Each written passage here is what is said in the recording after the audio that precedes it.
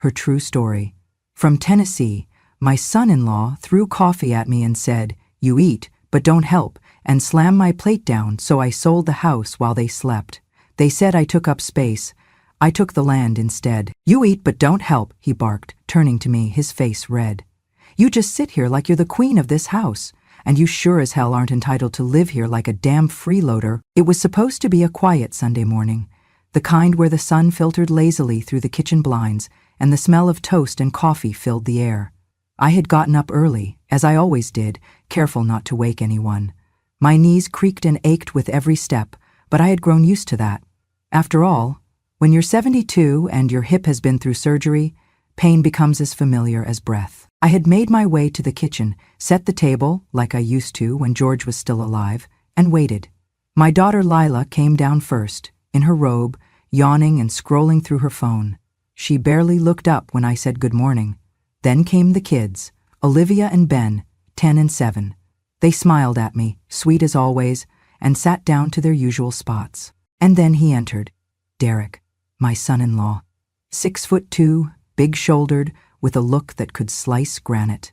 He did not speak at first, just poured himself a cup of coffee, then grabbed a plate of eggs Leela had fried. He sat down heavily at the head of the table and began eating without a word. I sat in the far corner, like I always did now, at the edge of the table. My plate had one slice of toast and a bit of scrambled egg.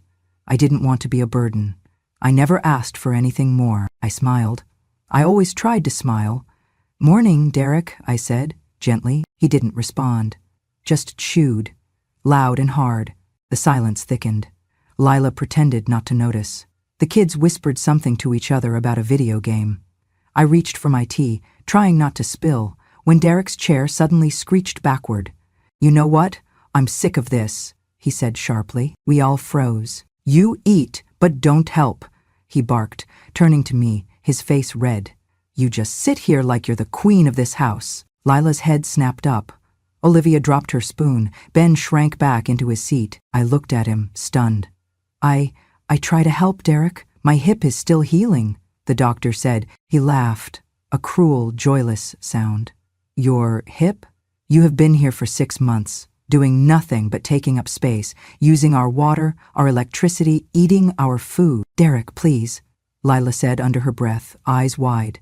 "Not now." But he wasn't finished.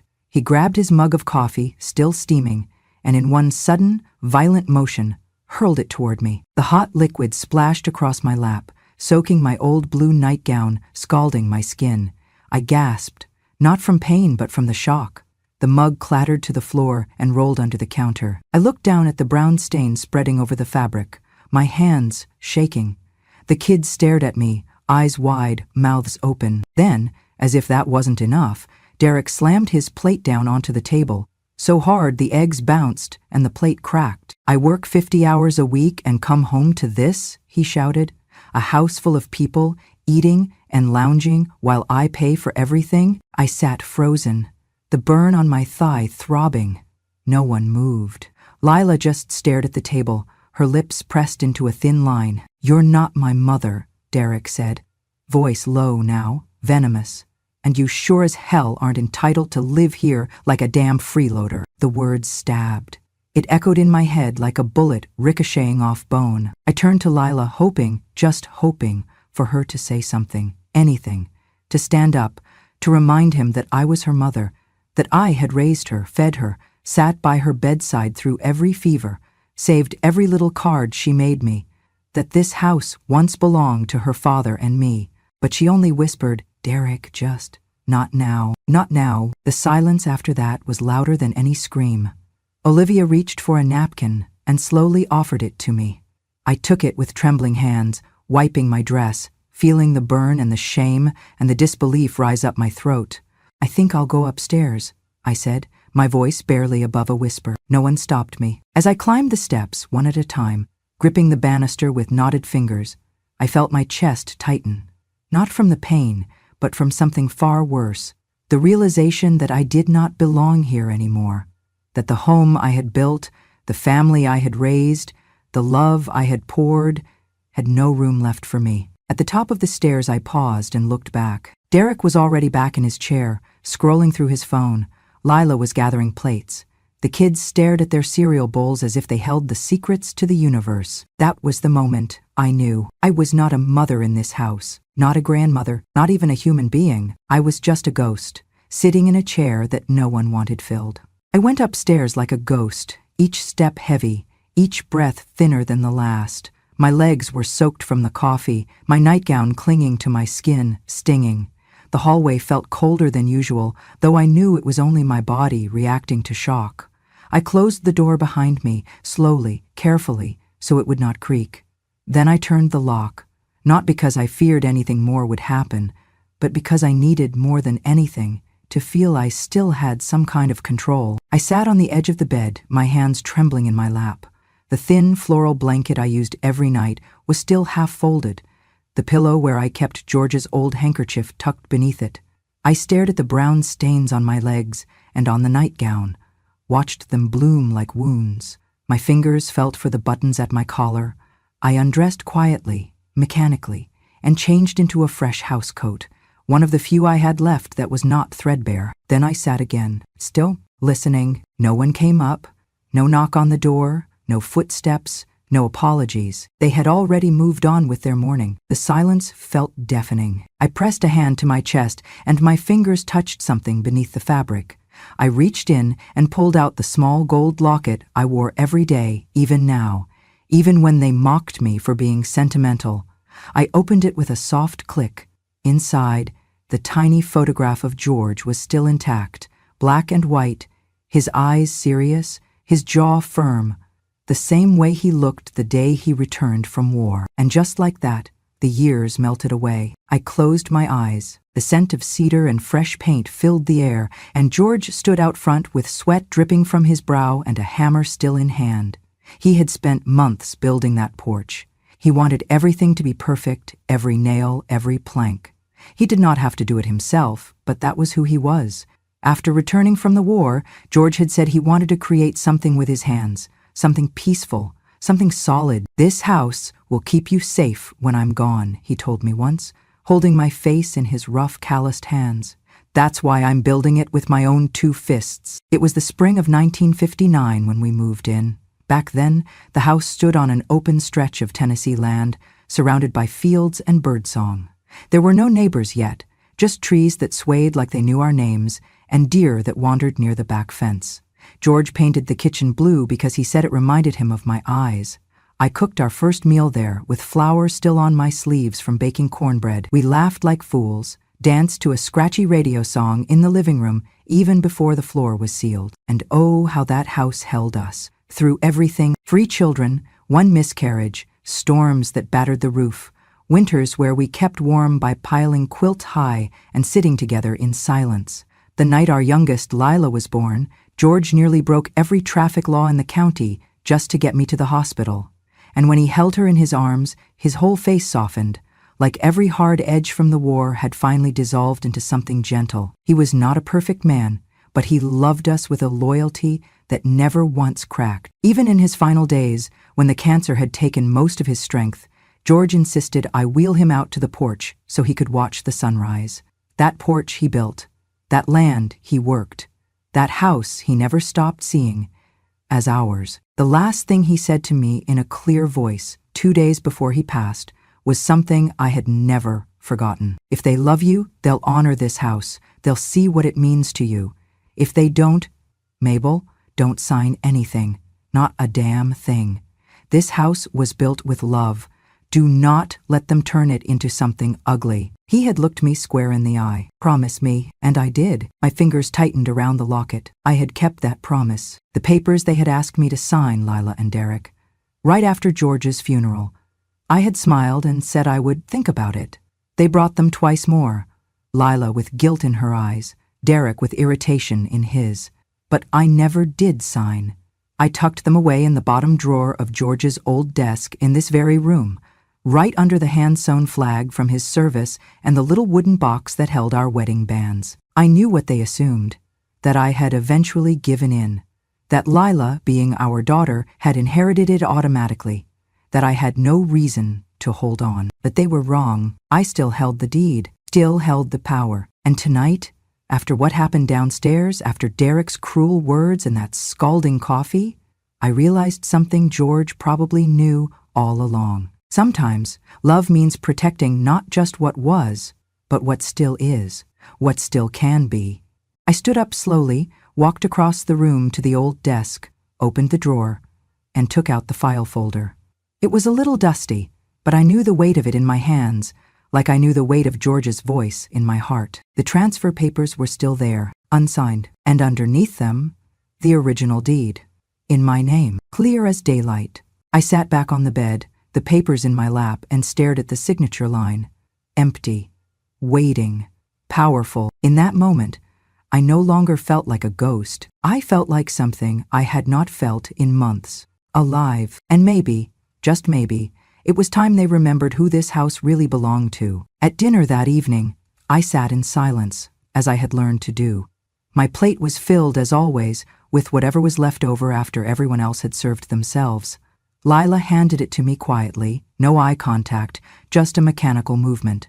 The kids chattered about their day at school, Derek grunted at his phone while chewing, and the television murmured something forgettable from the living room. No one asked me how I was feeling.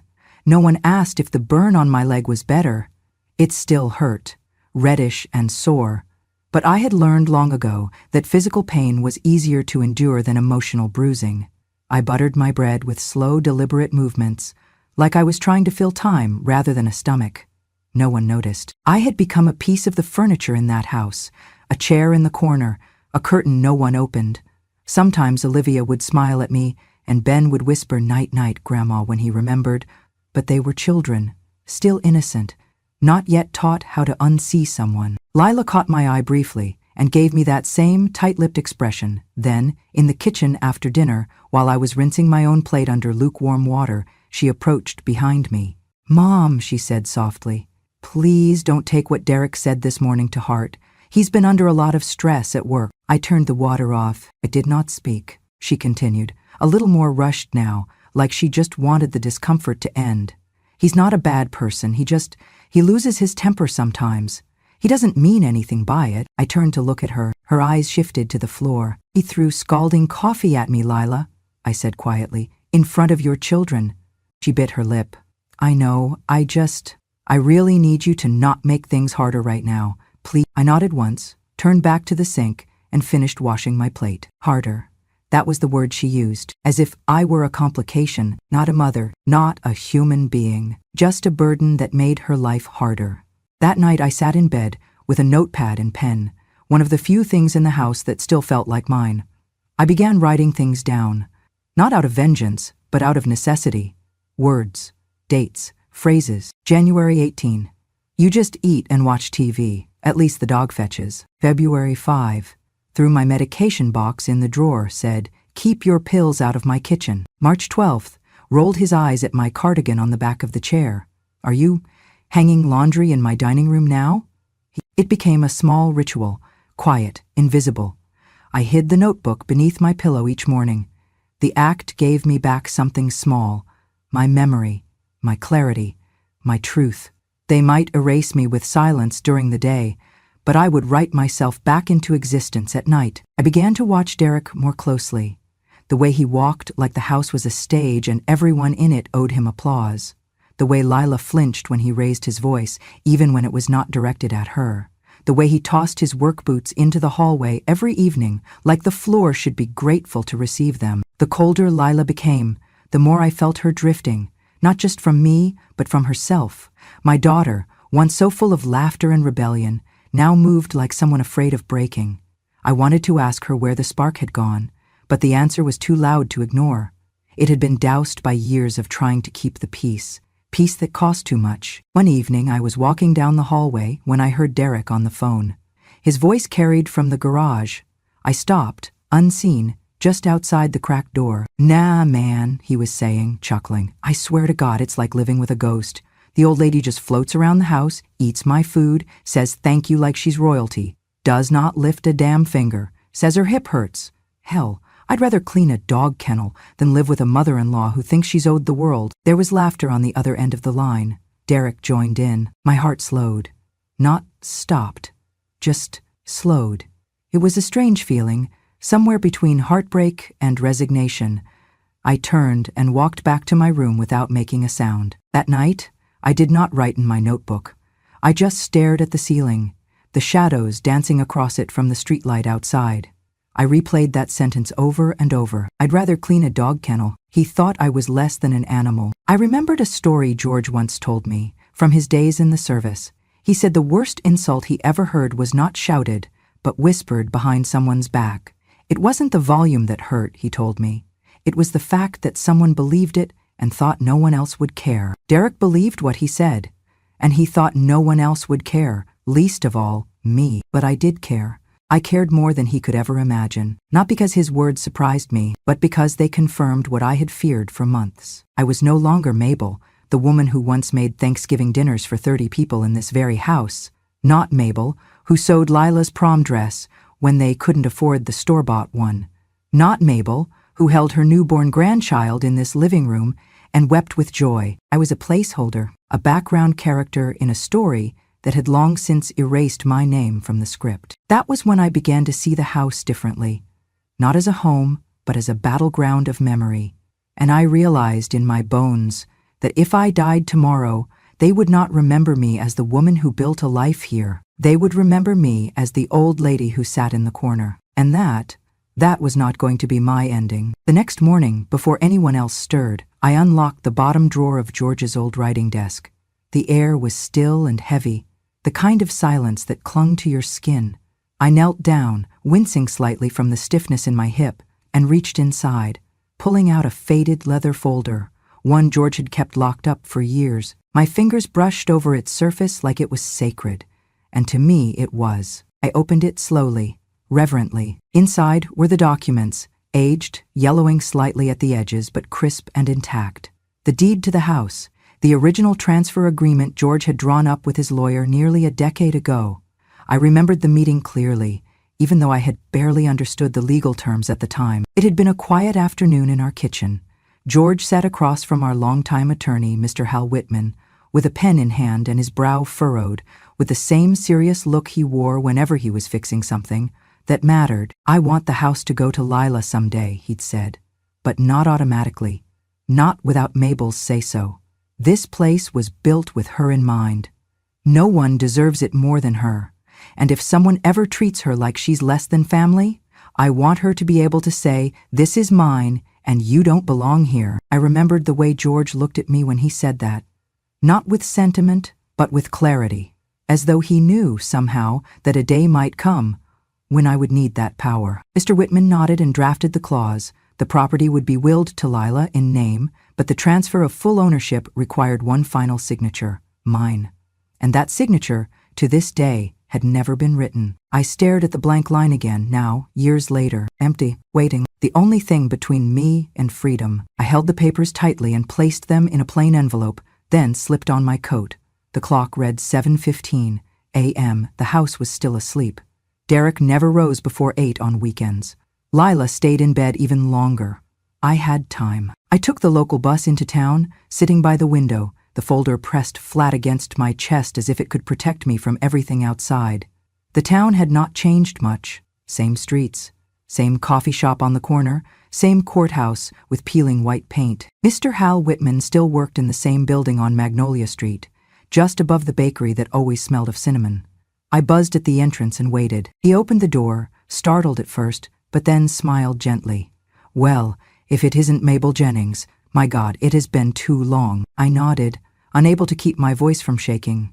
"I need to talk to you about the house." He gestured me inside, and soon we were sitting across from each other, just like all those years ago. I pulled out the folder and placed the papers in front of him.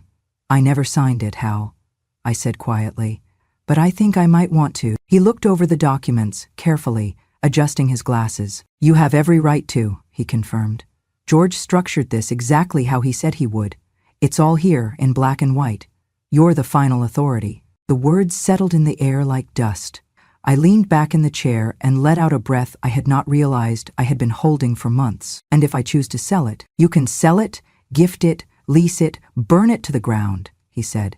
"It's legally yours to decide." That made me smile, faintly. Burn it to the ground. The image was tempting. He hesitated for a moment. You thinking about leaving? I'm thinking about surviving, I said. He nodded, understanding in his eyes. We talked a while longer, discussing logistics. He said he could help manage the process quietly if that was what I needed. I told him it was exactly what I needed. Quiet, but final. When I stepped out of his office, the sky had brightened, and I felt strangely taller, like the air around me had shifted. I walked for a bit through the small downtown, past storefronts and flower beds, past children holding their parents' hands, and then I found myself pausing at a public bulletin board nailed to the side of the post office. Among the flyers for guitar lessons and lost cats was a printed notice in bold green letters, calling landowners, local conservation trust, seeking rural properties to develop nature reserve. Preserve Tennessee's natural heritage. Let your land become a legacy. A phone number was listed below. I stared at it. Then I read it again, and again. A slow, undeniable idea began to form. I thought about the land behind our house, the wide open space, the trees that still remembered George's hands, the field where Lila used to run through wildflowers. I remembered how George would say, "This place is peace. I want it to stay peaceful long after we're gone." Maybe. It still could be. I pulled the flyer down and folded it into my coat pocket. When I got home, I went straight to my room and pulled out a local map from George's old filing cabinet. I spread it out over the bed and ran my finger over the lines that bordered our land. 22 acres, undeveloped, still zoned as private residential. Exactly the kind of land a conservation group might want. Exactly the kind of land they were searching for. I sat back and stared at the map, the realization settling over me like the first cool breeze after a brutal summer. If I sold this house, not to Lila, not to Derek, not to any of the neighbors, but to someone who would protect it, preserve it, keep it out of their hands forever, that would be the justice George would have wanted, and the revenge I had never allowed myself to consider until now. I folded the map carefully, placed it next to the flyer, and sat in the silence of my room, hearing the echoes of Derek's laughter from downstairs and Lila's voice calling the kids to come clean up. They thought I was a shadow, but they had no idea the light was about to shift, and when it did, they would see me clearly, for the first time in years. I waited until late Monday morning, when I knew the house would be empty. Derek had gone to work early, grumbling about traffic like always, and Lila had taken the kids to their piano and karate classes. The only sounds were the distant hum of the fridge and the ticking clock above the kitchen window. I sat down at George's old desk, with the flyer laid out beside me, and dialed the number listed at the bottom. The phone rang twice. "Thank you for calling the Tennessee Land and Conservation Trust. How may I help you?" A bright, polite voice answered. I cleared my throat. "Yes, good morning. I saw your flyer downtown. About the land purchase." "Yes, ma'am. We're currently reviewing several properties for our reserve project. May I ask your name?" I hesitated just a beat. Actually, I'd prefer not to give my full name over the phone. Not yet. I'm in a delicate situation. A pause. Then warmth returned. "Of course, ma'am. We understand privacy. Would you like to schedule a discreet assessment?" "Yes. I'd like someone to come take a look, quietly. I don't want anyone in the household to know. Is that possible?" "Certainly. We've done off-record evaluations before. What's the property address?" I gave it, slowly and clearly. My heart was pounding by the end of the call. They scheduled a private visit for Thursday afternoon. When I hung up, I stared at the phone for a long moment, then tucked it back in the drawer. A strange calmness came over me, like the kind you feel before a storm, when everything goes eerily still. That Thursday, at precisely 2:30, a beige SUV pulled up to the edge of the property. 2 individuals stepped out, a woman in her 30s, wearing a utility vest with a Trust's logo, and a man carrying a clipboard. I met them at the back gate, wearing a wide-brimmed hat and old gardening gloves. I had dressed purposefully in plain clothes, and greeted them with a slight southern accent I hadn't used in years. "Y'all the folks from the Trust?" I asked. The woman smiled. "We are. We're here to evaluate the land." "Well, the owners ain't home," I said, nodding toward the house. "I'm just the caretaker. Been tending to this place since the old man passed. You'll have to be quiet." They exchanged a glance, then nodded in understanding. I led them around the property, pointing out the boundaries, the tree line, the small creek that still ran clean through the southern edge of the pasture. They took photos, marked notes, murmured to each other. They asked about soil quality, wildlife sightings, zoning restrictions. I answered everything. I had lived on this land for over 40 years. I knew it better than I knew the back of my own hands. Before they left, the woman turned to me and said, "We'd be very interested. If you're the one with authority, we'd love to send over an offer and draft paperwork for review." "I am," I said softly. "And yes, please do." That night, I couldn't sleep, not from anxiety, but from adrenaline. The next day, the email arrived. The offer was fair, more than fair, enough for me to leave, enough to begin again, enough to ensure Derek and Lila would never step foot on this land again. I printed the documents, sat down with a steady hand, and signed the intent to transfer. It was a quiet victory, and yet my fingers trembled just slightly. I sealed the envelope, wrote the date for notarization on the top, and slid it into the drawer alongside the original deed. All that remained was the final signature at the courthouse. That night, as the sun dipped below the trees, casting long golden shadows across the living room floor, I stood quietly in my room and began folding clothes. One by one, neatly and without rush, I filled a small suitcase. Not everything, just enough. My nightgown, my locket, the notebook, a framed photo of George, the leather folder, a worn Bible, 2 scarves, my arthritis cream, a small jar of peppermint candies. It was peaceful, almost meditative, like preparing for a long-awaited trip. Then I heard laughter from the living room. I paused. Peering through the narrow crack in the door, I saw them. Derek with his feet on the coffee table, arm wrapped around Lila, both of them watching some sitcom, chuckling like everything in the world was fine.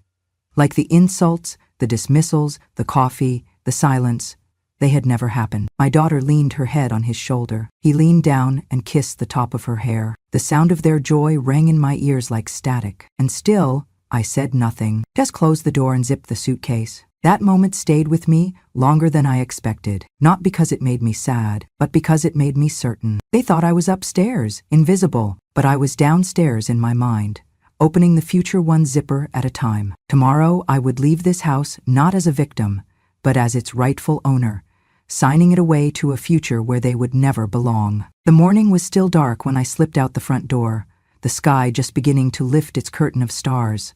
I moved quietly, careful not to let the old hinges squeak, clutching my purse with both hands.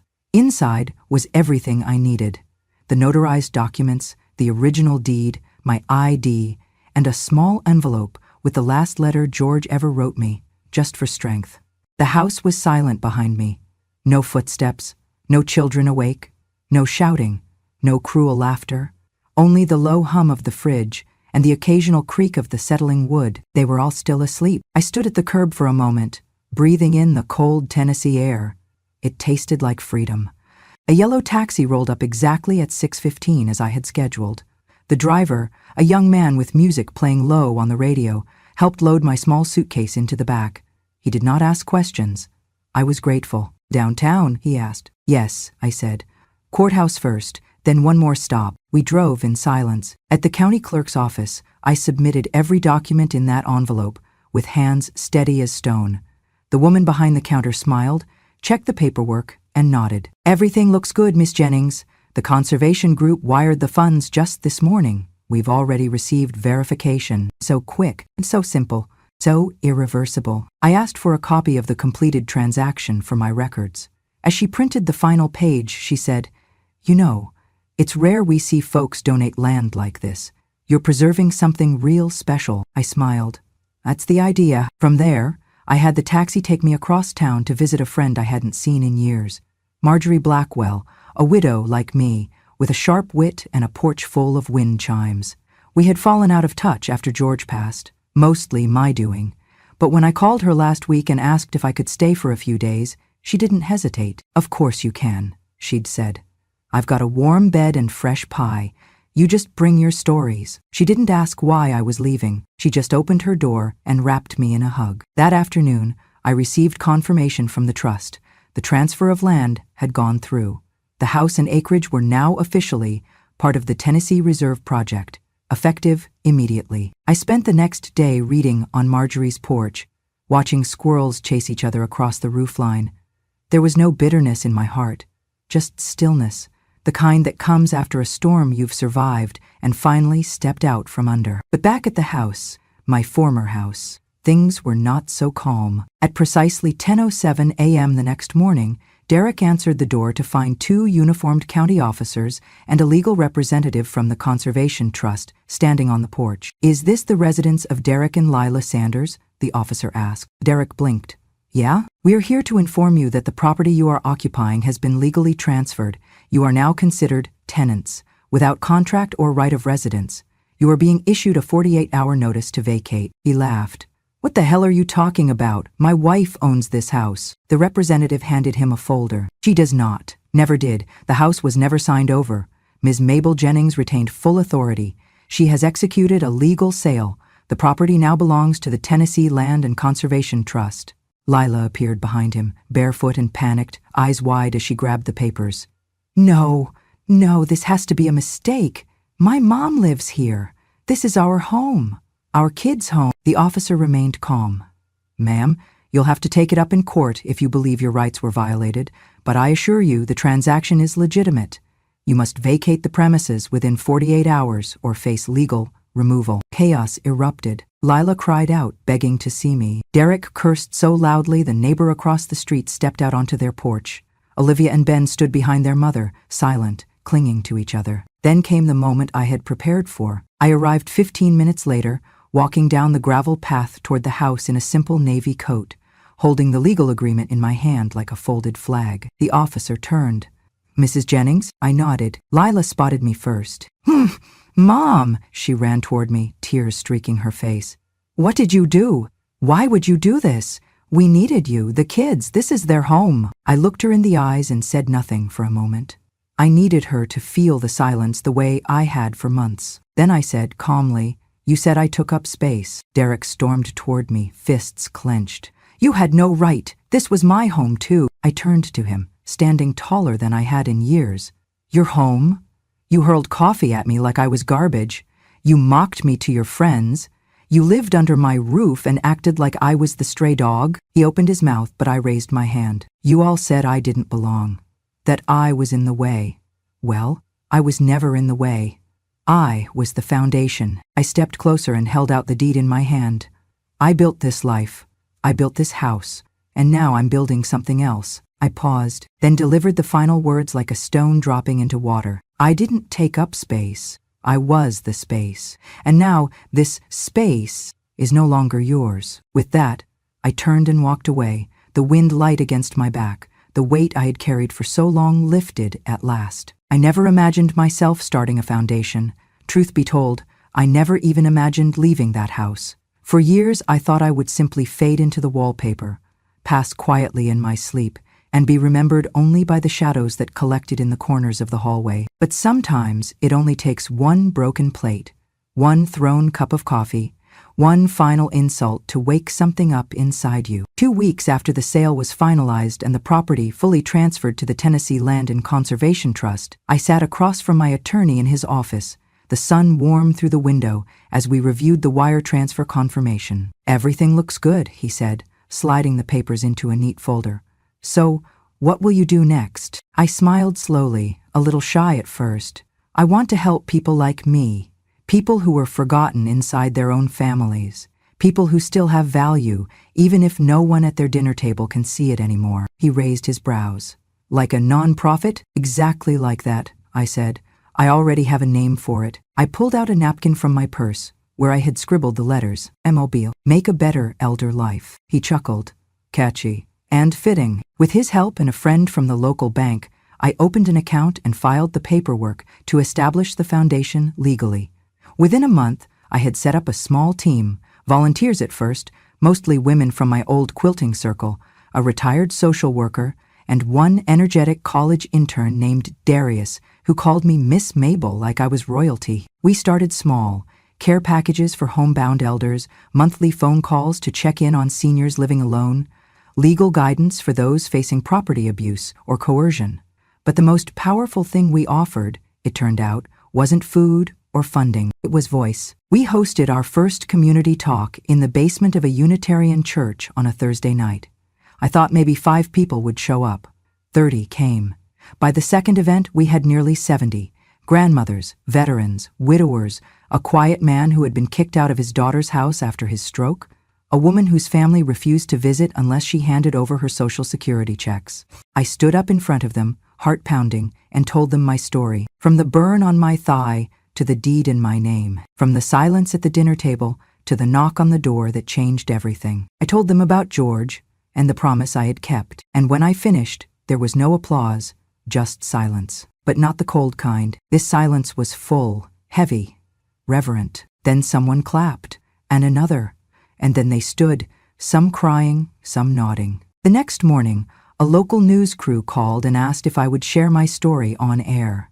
Apparently, someone had recorded part of the talk and posted it online. I hesitated. "I'm not sure I want to become a spectacle," I said. But the young producer on the line replied, "Miss Mabel, you're not a spectacle. The segment aired the following week. They filmed me sitting on Marjorie's porch, sipping sweet tea, the wind chimes dancing behind me. They added soft piano music and cut in images of my old house, now with a sign posted out front.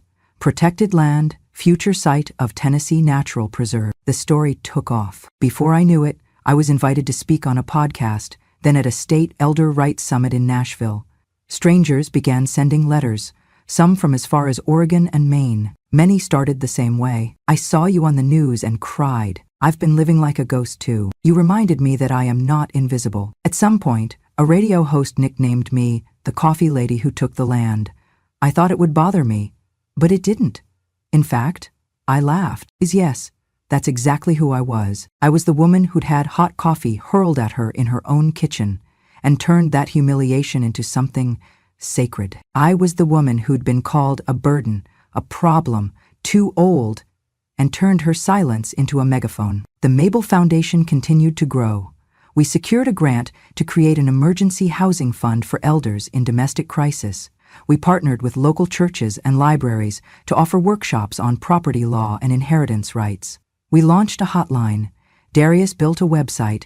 Marjorie ran our Facebook page, posting quotes from our talks and pictures of the cookies we served at meetings. At the one-year anniversary of the foundation's founding, we held an outdoor celebration in the new reserve where my house once stood.